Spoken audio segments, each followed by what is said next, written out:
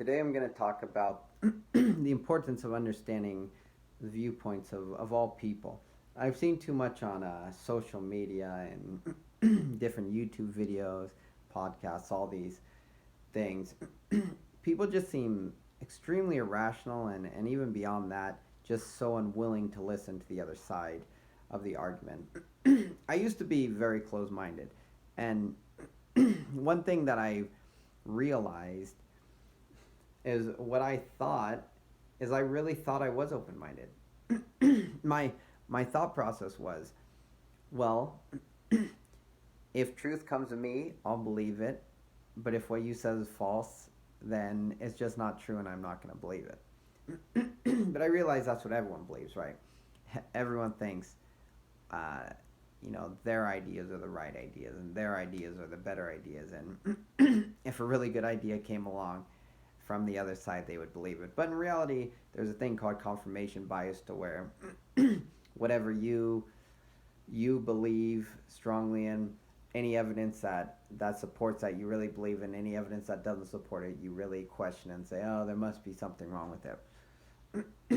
But I've started really, the past few years, really start looking and saying, I used to be so sure of myself, yet when I talk to so many different people with so many different viewpoints, I can start seeing their side of things. I can start seeing their reasoning. And I can start seeing holes in my argument. I can start seeing holes in their argument. I can see holes in everyone's argument. And it becomes tough because I've yet to find the argument that has zero holes. So we're all doing our best. And especially now what's going on with the whole coronavirus, where there's huge divide and Black Lives Matter's huge divide. I think the most important thing is understanding both sides. So let's look at this Black Lives Matter thing. Before we get into that, I'll say, when we all fight for something, so I look in the U.S. and say, almost all Americans are going to say, well, we fight for freedom. We want freedom. But then I ask, well, what is freedom? And I've talked to so many different people, and they define freedom so differently. Some people will say, well, freedom means zero government interference at all. There's no government, nothing.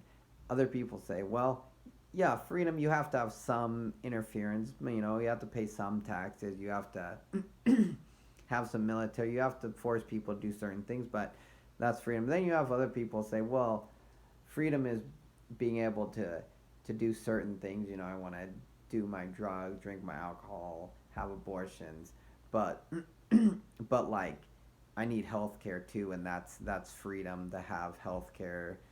And then you have people who even go further and say, government providing all these things for me, that's freedom.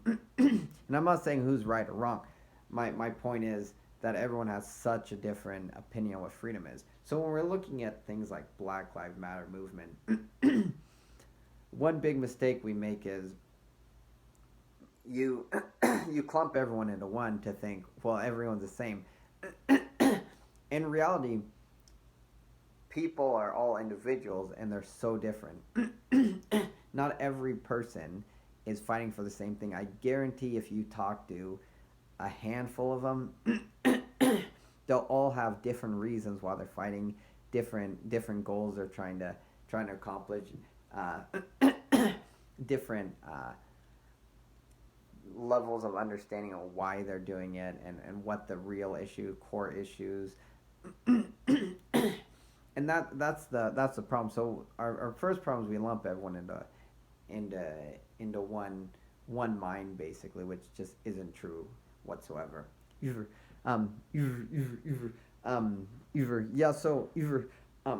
So sorry, I have Tourette syndrome. If you haven't noticed, I will do weird things. Anyways, so we have to understand both sides. So let's start with Black Lives Matters movement first. So you have the argument for white people say, well, we didn't do anything right. Like we it was our ancestors who had slavery. We didn't do anything right. Well, the argument for Black Lives Matter it makes perfect sense saying there's disadvantage because of that. We were brought over as slaves. We weren't educated. Ancestors weren't educated. Finally, when slavery ended, there were still tons of laws which didn't allow blacks to do many things. and and because they weren't educated, it's, well, what do most people do? It's, well, they're not educated, so what do? They do what they know, which is working in the field.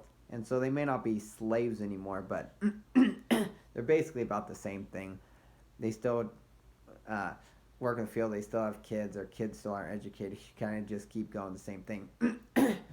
Well, I mean, through time, they've progressed a little bit through things. Governments give them a little more rights. I mean, there's still segregation, things like can't use the same bathroom, drinking fountain.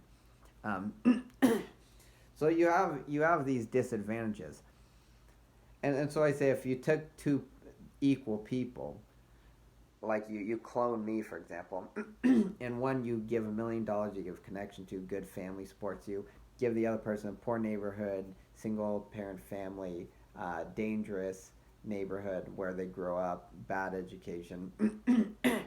So I have two of me. The one who has the connections, who's rich, who has good family, all these things, that person just has a major advantage. I'm not saying both of them could succeed, potentially, but this one has such the advantage. And that's what they're saying is, because of what's happened, that the blacks are disadvantaged. And so a lot of laws that have been made and still going on, like drug laws and things, were targeted to blacks. So that's why we're saying it. Racism isn't like it was before. In general, you're not finding many people who just think blacks are just an inferior race, and they're like, I will never be friends with a black person. I mean, people talk about Donald Trump saying he's racist. Well, and then the Republicans will show, look, he had black friends, or he hung out with black people, he did this stuff. Well, it's because I don't think he necessarily thinks blacks are inferior people, but it's the systemic racism, which is saying, well, as an individual, I can hang out with you if you're black, but as a people, I need to stay up here. So the way that happens is the people are disadvantaged. I gotta keep you down here, right? I need to keep you down here so I can stay up here. And that's systemic racism, is you're targeting a group, and specifically a race, because they're disadvantaged, and you target them to keep yourself higher and them lower. And that's basically what's happening, and they're trying to even out, and that's what a lot of the Black Lives Matter groups trying to get at, right? They're trying to get at learning, or trying to help people understand, well, get rid of this police force, which is specifically more attacking the black group. And it's not saying they're not attacking white people. I'm not saying attacking every black person, but just kind of in a general sense, it's more attacking black people because of certain laws put into place and certain things. And so that's what we're trying to get, is like, we need to revamp this system. We need to do everything so we're not at a disadvantage, right? We need to figure out how we can get brought up. And a lot of laws have been put into place. Now let's look at the other side. Because of all these laws, we see government has thrown money at tons of things, homelessness, they've thrown money at schools. And when they've thrown this money, nothing's helped. Like homelessness, my hometown, I know they've thrown millions upon millions of dollars, and it's just homelessness just keep growing, even though they're just throwing millions and millions of dollars at it. Same as like school system. When you look at stats, over since like the 70s, I mean, exponential growth on spending in the schools, so much. Yet the test scores are basically just even. We haven't gotten better learning, better anything. We're just, and so we keep throwing money at things, and that's kind of,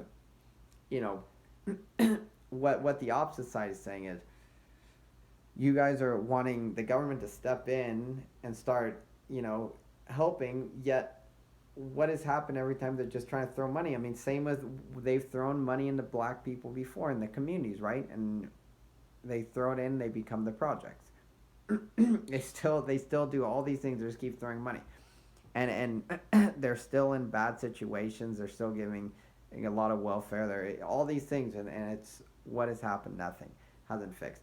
And then also a lot of white people are feeling personally attacked. Like I said, racism isn't like what it used to be, and there's tons of people who just have black friends, feel just normal, have no problem, and just feel personally attacked and saying, you guys are all racist, you guys are all whatever. And then you actually feel a little in danger because you think, well, I'm just like white, I just feel normal to anybody. Yet I kind of almost feel like it's dangerous now as a white person with black people because they might, do anything. And then with a lot of this anger, if you think, well, we'll help you up, that if we let you guys go too high, you're gonna oppress us. And I say that in a sense because that's happened so many times that like the U.S. actually does this, which is awful. But there'll be a country, there'll be a group oppressing another group, and what does the U.S. do? They come in, give the group that's oppressed, they'll give them money, give them guns, and then what do? Well, they don't become equal. Now the oppressed group starts oppressing the other group. They get more power and they do that, and that's kind of what people are afraid of saying. Well, if you guys are so angry, if we start like trying to help you and give you more power and stuff, well, what's going to happen with that anger if we start putting more in government, more in everything, and giving more power? Well, what are you going to do? You're going to let your anger out on the white people. Now we're going to be oppressed. Now we're going to get a lot of these problems, and we're not going to feel safe anymore. And then the table's going to turn. So, so there's reasonings for both sides, as I was saying. Yeah, a lot of the other side, the non-Black Lives Matters, are saying we've seen how government hasn't helped you, and you're even saying government hasn't helped you, yet you're calling for the government, and a lot of times it's stereotypical that a lot of them are more left and a lot of the others are more right, liberals, conservatives, and so they're saying you're wanting more government, but the government is what's kind of put you in this in the first place, and so it doesn't really make sense. So what I'm saying, kind of my point of this video is, hopefully you can at least see a side. I'm sure if you're watching this, you think you're agreeing more with one side than the other, which is completely normal, which is fine. The issue though is when you have a lot of these leaders coming up, I've realized most leaders, it's hard to get a good leader. And the reason why is generally good leaders aren't the ones who are vying for power, who are saying, I want to be in the front, I want to do that. Generally, the good leaders, and if you look a lot of these really good leaders in history and the people, they actually are the ones who are more pushed towards leadership, and they're more peaceful, and they're not the ones like going out and saying, I'm so loud, I'm the loudest person, because the problem is you generally hear the loudest person, right? And generally the loudest people are the people that you probably don't want to hear, because they're the ones who are the most angry. And so that's what you get. You get these leaders who are both angry on each side, and then they won't talk it out. They'll just yell at each other and be angry, and then it make everyone else angry. Rather than if you had two leaders who come up who are more sensible, who are calm, who are in control of their emotions, they can talk and say, okay, let's figure this out. And then they can tell everyone else, say, we figured this out, let's do it. It's just hard because generally those types of leaders aren't going to be the ones, jumping in front and just saying, because they're going to be more softly spoken. And I'm not saying anybody. I mean, there are always exceptions, because there obviously have been good leaders in the past that have been, more boisterous, loud spoken. But yeah. So when it comes down to it, I say we need to listen to both sides, and we need to stop just listening to people because they're leaders, or stop just listening to people because they're the loudest. We need to start listening to people who are sincere, both sides, and think, wow, like maybe my actions are hurting other people, whatever side you're on. Like if you're on Black Lives Matter side, say I might be doing this for a good reason, but maybe my actions are creating collateral damage that are hurting people. And so is that worth it? And maybe if you're on the other side, you're in the against Black Lives Matter, maybe say, maybe me having all this money in this system I support, in this system people I vote for, maybe it is oppressing the other people, and maybe I do need to change something and not be as selfish, and I need to, right? So we need to we need to look at ourselves, and we need to look at the other side, and we need to figure that out. And I don't think things change so much through anger. I mean, they do, but I don't think it's a good change. I think really things change through hearts. Like like I always say with with slavery, right? If I asked most people now if they'd have a slave, most people would say no, they wouldn't have a slave. Why? Not because the government's stopping them from having a slave, but because we've passed that. Because in our minds it's not good. We've been taught. We all, or most of us at least, think morally that's wrong. I would feel awful. I'd feel way too bad to just have a slave. And no one would have to force us, right? And that's what we're trying to get to with these things. We can understand both sides. That we can we can actually say, oh, I do this not because I'm being forced to do it, but because I've come to the conclusion that this is a good idea, and I've come to the conclusion that this hurts other people, and I've talked to them in it, and we've come to the conclusion that we're trying to help each other. So, I hope you like this video. I hope it's maybe opened you up to a few things and makes you think, and just at least be a little more open-minded to other people. Because I try to be, honestly, really open-minded to different viewpoints, and I think it's extremely important to do that. And thank you.